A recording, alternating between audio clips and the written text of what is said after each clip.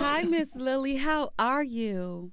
I'm doing well, thank you. So let's talk about what's going on with you. Let's go back to X Factor and that whole experience. You ready? I'm ready.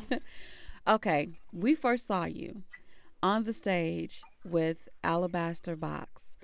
Let's talk about the whole deal with the song. Let's start with that song, Alabaster Box. Well, Alabaster Box was, I love that song because that's like me, my life, and so many other people. I picked that song because I had a struggle with music. I come from a long line of different types of music, from jazz, R&B, rock and roll, hip hop, you name it. And my father was a preacher. My mom, obviously, preacher's wife. I grew up in that atmosphere. Um, and the way I was not raised, but when you're trying to get close to God, a lot of people are kind of caught into their own what they think about religion, Mm-hmm. and you can't be doing hip hop music and love the Lord, so to speak. Right. You know what I mean? You're straddling the fence. So for many years, it was so hard for me to get close to God because I thought I was doing something wrong musically, and it was always like a war with me. But thank God through the years and just different things I went through, becoming closer to God and Him opening up to me and me to Him, I realized that I could have black fingernails with what do you call those things? People have The earrings in their the eye and their nose. piercings. I could be anything I want, anything who I am, and really truly still have a relationship with the Lord. So breaking those chains is what it was all about. And when I think about Alabaster Box and how she must have looked or who she was and her background, but how she still loved the Lord and He didn't judge her, how people just, oh, I mean, there was the story. I felt such pain, some spoke in anger, heard folks whisper, there's no place here for your kind. Oh, I get goosebumps thinking about it. So it was important for me to tell that story that people, you can love the Lord no matter who you are, what you look like, and He loves you back. So yeah, that story really inspired me um, to perform that. It was really important for my first time in front of America to perform that song, or across the world to perform that song.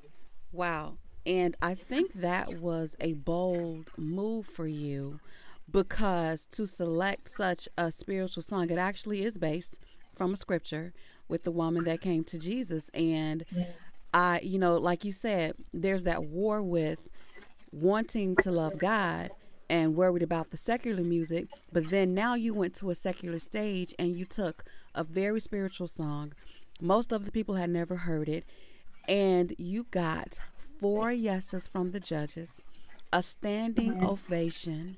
That yeah. particular song has gotten over 6 million YouTube views, more than any Wow. of I the haven't other even checked songs. that YouTube. You haven't? No, it's more than any of the other songs that you did. So it just made a very huge impact. Now, before the actual interview, we talked a little bit about your outfit. Let's talk about that cat suit. You were fierce in that cat suit.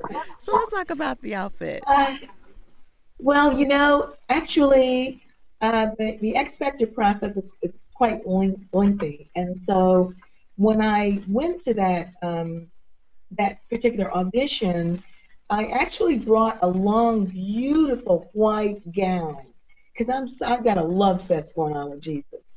So I wanted to be like the bride, and I wanted to have all this respect for him and sing this song. Well, hoping to sing this song. We had four songs prepared for us. When I arrived into that performance date, they had lost all of my songs except for Alabaster Box. So I knew the Lord was there. I knew God was there because He wanted that song.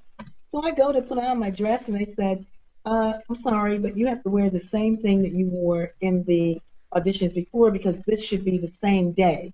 We're filming for the same day. And I said, oh, no, no, I can't. I can't go sing Alabaster Box in a cat suit. This is not going to work. And they were telling me you had to do it, so I was actually freaking out. So I went into the bathroom, and me and the Lord had a little meeting. And I said, Lord, what am I going to do? I got to go out there and sing it in the cat suit. And that was like the seal to let me know, listen, I don't care what you wear. I'm not judging you for what you wear. It's the heart of the man that I'm looking at. And, this is my plan. You're not supposed to get in the ring and fight this. You go out there and do what you're supposed to do. So little did I know what God was doing. Because that cat suit, prior to going on the stage, I'm always afraid. I always have fear. I had borderline pneumonia. I was very sick. 2 days I started to cancel before. But just before the stage, I had no fear. Mm. First time ever in my life. And I know that it was the glory of God. I know it was the glory of God that came over me. And when I went out there and sang that song, we had children in the audience from 6 years old to 96 years old. Again, I didn't know what God was doing until I started to open my mouth and I started being ministered to, and it wasn't me.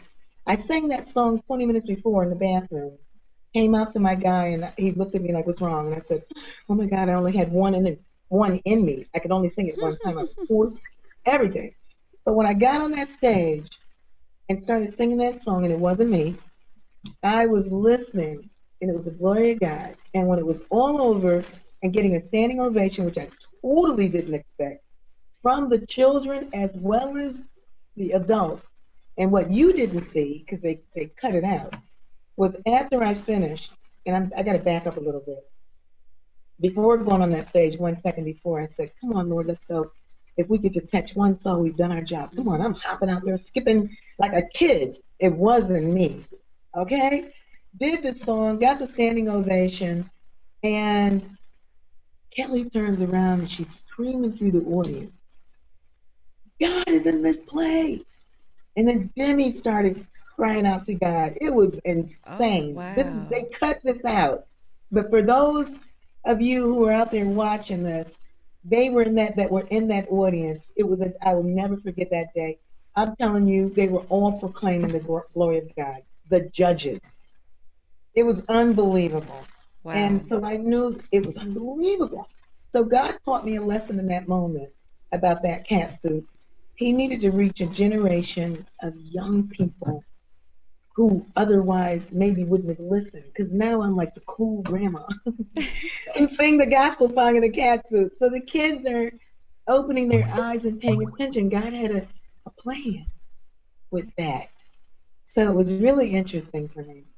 But Lily, not just the younger women or younger audience with the cat suit, the older people as well, because again, I'm 43 and I'm just like you. I'm a pastor's daughter. My mom's a pastor's wife.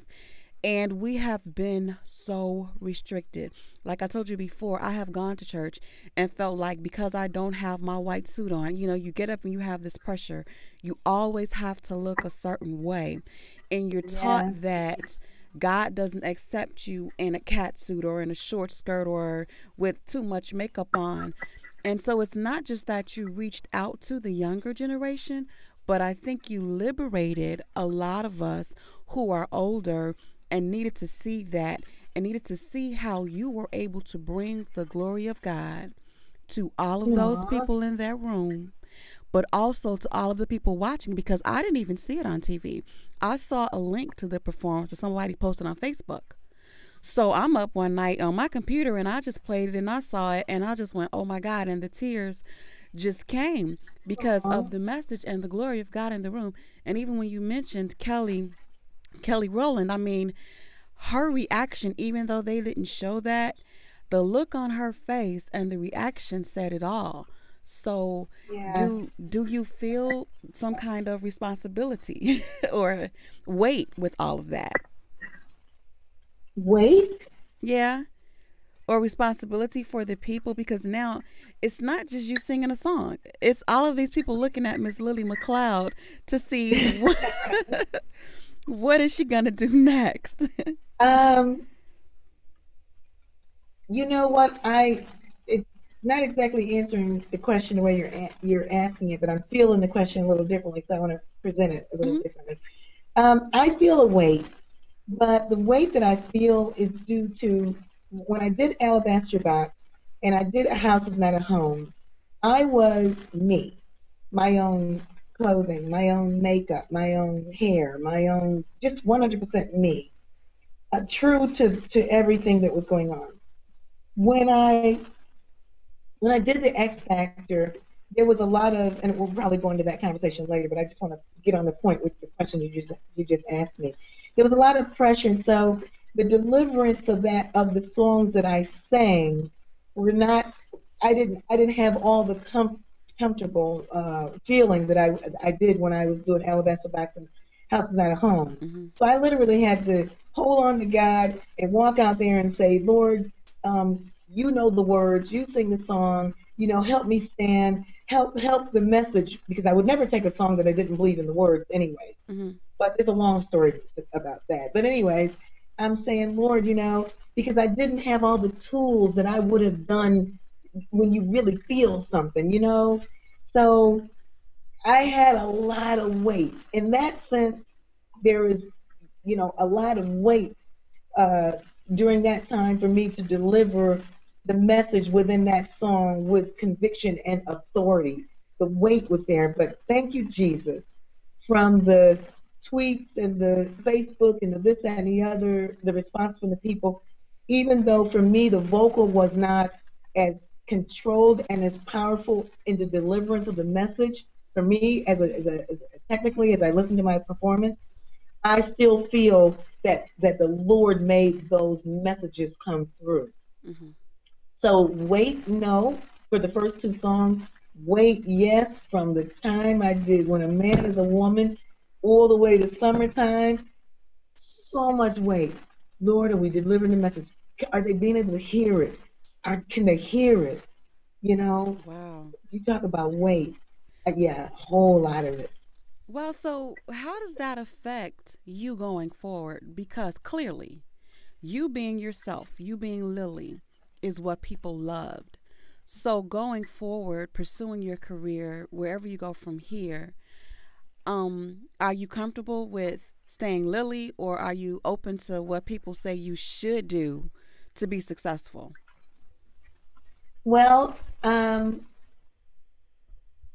I'm no longer on the X Factor, and this is not just the X Factor, but it's the competitions. When you go into these competitions, you are vulnerable to the rules and regulations, how whatever they do to conduct that show. So I'm no longer there, and I have the opportunity again to be me.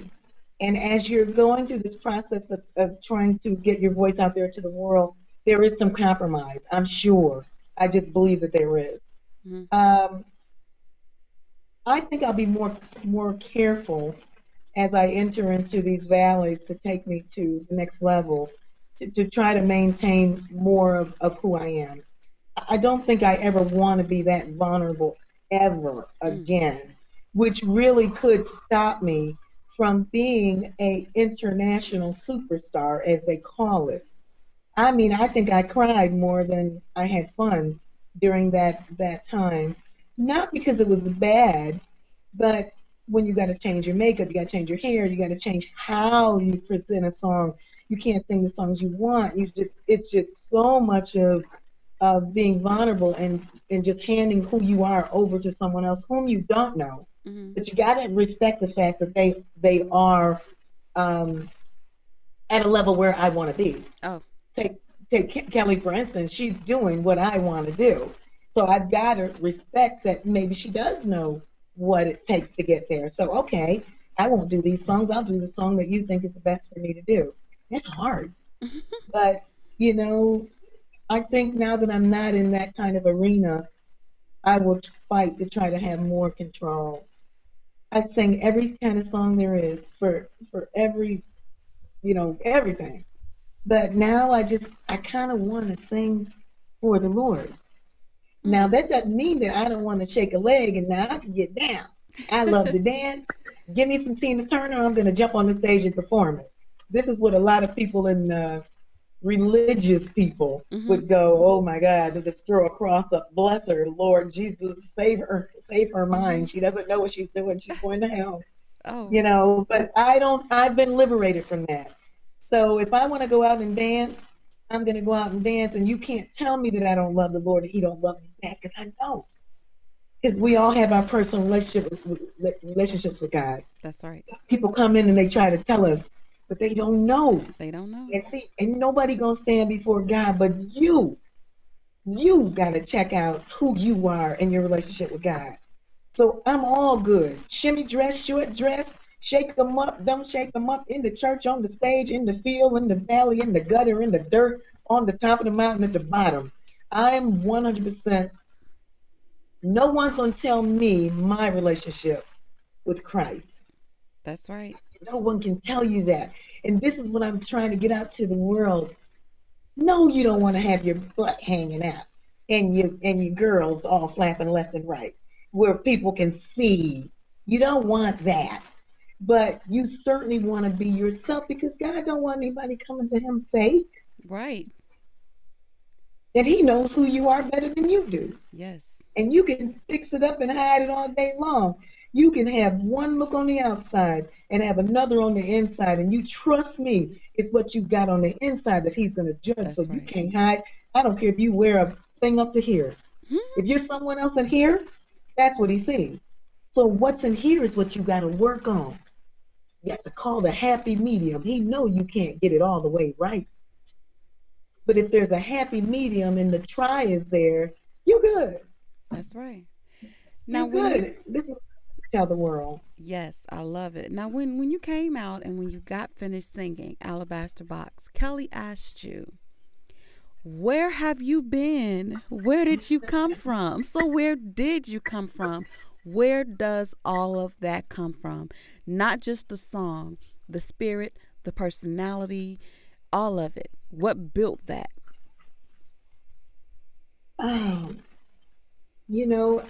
my background, my mom, my father, my the love of the Lord, the struggles. I've been, um, in all those genres of music that I was telling you about, and I've been raised in Rochester, New York, and my mother always worked hard to keep us out of the ghetto. But as kids in the city, you go to the ghetto because that's where the fun is. Yes. And I survived it. I've been jumped on. I've been shot at. I've been almost raped. I've been victimized. I've been in horrible relationships and beat up and mentally abused. And oh my God.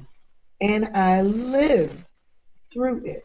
I've been sick. I couldn't walk. I lost the use of my left arm. Um, Everything. It just was horrible. I almost died with two children. In the birth of two children, I had to bury people whom I love. It just was unbelievable. And through it all, there remained a passion Mm. to want to get to the Creator, even through a child. My daughter, when she was born, when she got big enough to talk, she was always saying the Lord from her birth. Felicia is her name, my oldest daughter. When she could talk, she was talking God. When she got bigger, I was smoking cigarettes. She was saying to me, Mommy, I don't want you to die. You got to stop smoking cigarettes. Mm. It was her that stopped me from smoking cigarettes. It was her that really pulled me to the Lord, because my mom was doing it, but it was her. She was uh, in my belly, and they told me she was dead. She was stillborn, and I was supposed to have her taken from me, and I refused to do it. And she came out kicking and screaming. To the day I had her, they told me there was nothing in there alive, and we had her, and I had her naturally, and she came out kicking and screaming. So I knew she was a child of God when she was when Mm. she was born, and the same struggles that I went through, and more and worse. She's actually experienced the same thing. But that whole thing kept me. I think it built who I am. You look at me and you'll say, Well, I don't know what you're doing in the church. I know who you are and what you did and where you were. And I look at you and tell you, I know that girl too. Mm. I know that girl. Yeah, she was something, wasn't she?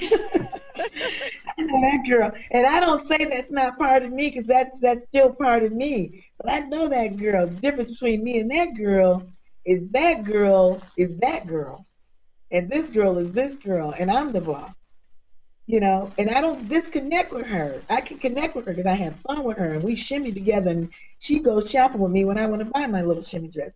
I know that girl, but I'm this girl.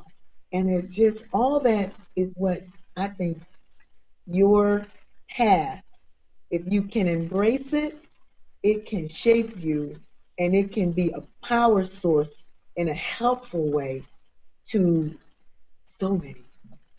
I mean, I know it because I'm a Wow. living witness of it. Wow. There's nothing to hide. I don't care what you did. I know, You can right? take that thing and make a difference. I Yes. promise. I love Yeah, it. and it'll make you happy. And it shows, it really does, when that smile, there's one shot of you when the audience stood up. You have this genuine, you had your hand to your face like this, and you had this Aw, genuine, almost childlike smile. And at that moment, you could feel that that energy was coming from a place that was very, very real. And you've expressed that you want to sing and share, the glory of God. So, where do you want to go? What's next for you? Where are you trying to get to? the world. The Lord showed me something not so long ago, and X Factor wasn't even in the picture at the time. Mm, I was coming home from a shake 'em up, shimmy, get down gig at concert. And I drove in my parking lot at night, and my fiance drove his car. We were kind of parked next to each other. And I'm sitting in the car, and all of a sudden the Lord just decided to show up in the car. And I'm thinking, sometimes you're thinking and you think it's you thinking. You mm-hmm. don't know if it's you or if it's God talking to you. So I'm in there, and when God shows you a plan that He has for you, He has the ability to show it how He wants. Well, in this evening, He showed me everything, not just a plan, but A, B, C, D, E, F, G, all the way to the last alphabet. And in that, it was get ready. And I said, get ready for what, Lord? You need a lawyer, you need a this, you need a that, you need a blah, blah, blah, blah, blah. I want you to sing this song. What song? So I had a CD in my car, and it was called a Wow CD, and it had multiple songs on it.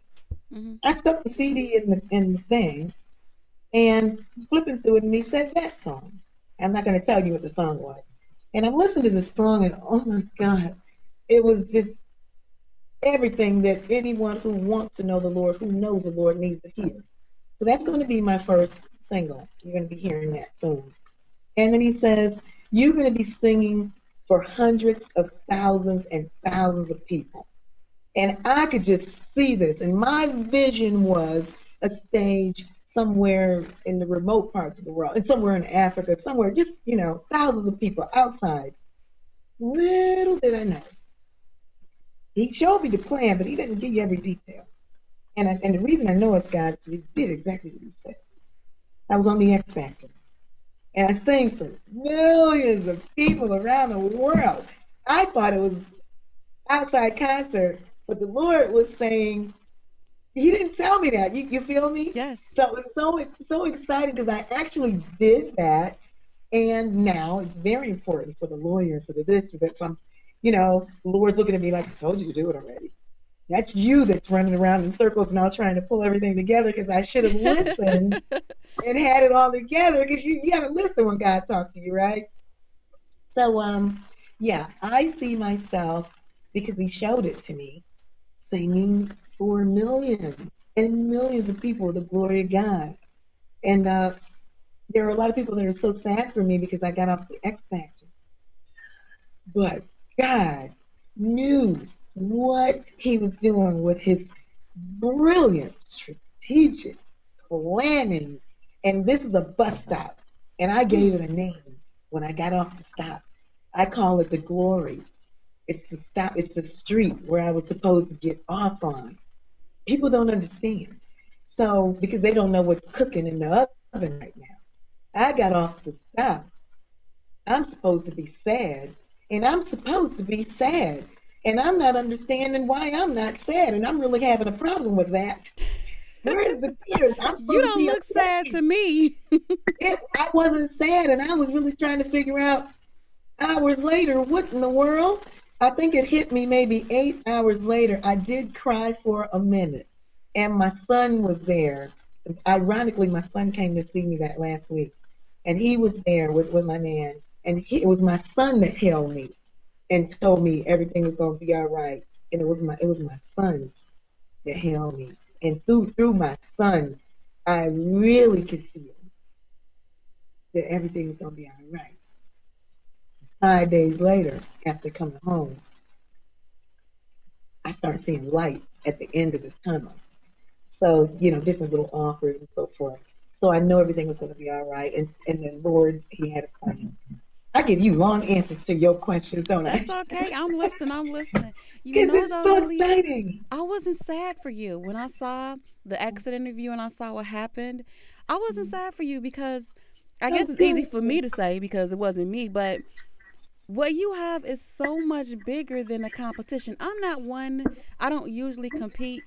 And I think that first song, the very first time you were on that stage, that was all you needed because the gift is there. The passion is there. All you needed was somebody to see it. And I'm like, she is not going away no time soon. She's not going away ever. She will be there. I was thinking,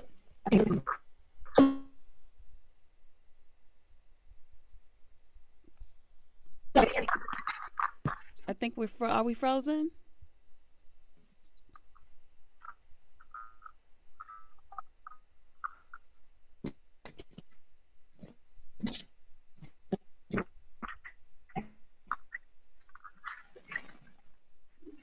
are you Can, there? yeah, I'm here. Are you I there? lost you for a long time there. Yeah. I think we kind of froze up a little bit. Okay. Okay. So yeah, I think it's gonna be great. I think everything. I'm excited for you, and it's not even me. It's you, my little angel. It's you too. It's us. We're gonna be girlfriends. We can't stop here. Yeah. Oh no, definitely not. So, well, I'm sure you can't disclose everything that you're doing, but we are watching you. We wish you the best. We're looking for any project you have coming out. We're gonna suck it right up. So, thank you so much for sharing with us today. You're welcome. I knew there was something I wanted to talk about, but I can't remember what it was, and that's a shame. Well, I that will means remember it. you're gonna I'm have gonna to come remember back when we get again. off the phone. Well, We you're get gonna off have the to phone. come I'm back gonna go. again and tell us about it. Okay, I will. Thank you for having me on. Really, it was absolutely a pleasure to talk. It was. Just about everything. It was a pleasure and it was a blessing as well. So thank you for sharing and being so gracious. You're welcome. And can I just say that if you just have something that you want to do, or you have a dream or something, and this is for anybody, I don't care how old you are or what nationality you are, or it just really doesn't matter. I would just say, please continue. I mean, the only way for you not to get there simply is if you stop. Mm. And I like to quote something that T.D. Jakes said that really taught me a lesson. If you want to win a battle and win every time, simply do not get into the ring. Let the Lord fight your battles. Just don't get in there. And I love it. It took me through many fights. And I just want my angels and supporters and people who are just trying to get out there and do something to remember that. You're going to do it if you just keep doing it. That's great. Definitely. I love the way that you say my angels. That's just so sweet. Yeah, I got angels who don't even know they're angels. I had people say, don't call me an angel. But I read what you wrote. You just don't know you're an angel yet. You Okay. just don't know. You know. Wonderful. But I love you. Thank you so much. Thank you so much. Love you.